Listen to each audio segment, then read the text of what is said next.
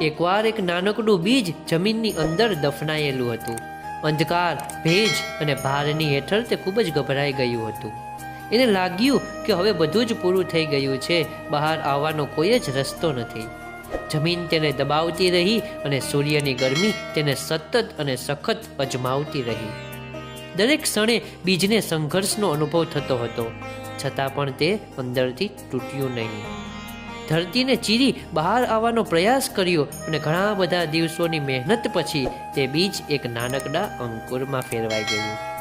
અંધકારમાંથી બહાર આવીને જ્યારે પ્રકાશ થયો ત્યારે તેને સમજાયું કે જે સંઘર્ષ તેને સજા લાગતો હતો ને એ જ સંઘર્ષ તેના વિકાસનો માર્ગ હતો. સમય જતાં જતાં આ અંકુર એક મજબૂત વૃક્ષ બન્યું અને જે છાંયો અને ફળ આપવા લાગ્યું.